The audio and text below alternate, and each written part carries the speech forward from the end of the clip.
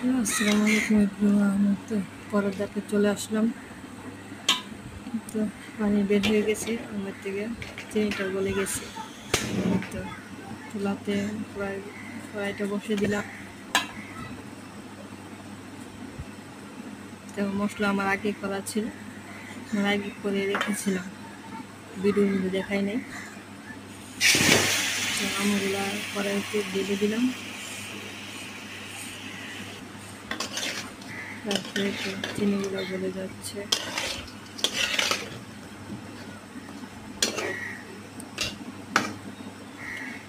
তো ঢাকনাটা একটু ঢেকে দেবো 5 মিনিটের জন্য।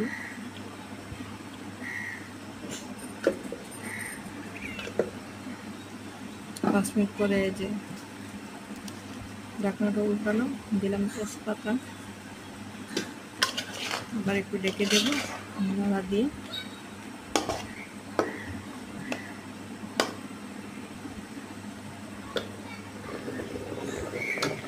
5 মিনিট পরে আসলাম। তো আমগুলো একটু প্রায় পানি ছেড়ে দিছে, চিনিগুলো গলে গেছে।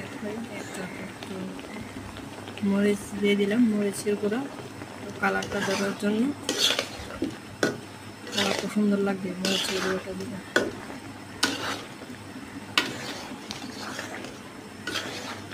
একটু লাড়াইয়ে ঢাকনাটা ডেকে দেবো আবার।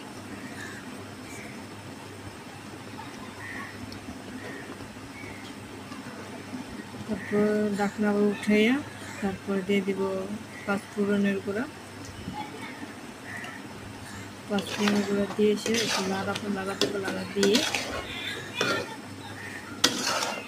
5 মিনিটের জন্য ঢেকে দেব। ঢেকে দিলে একবারে চিনিটা গলে একবারে দেখতে পাচ্ছেন আমাদের আচার প্রায় হয়ে গেছে।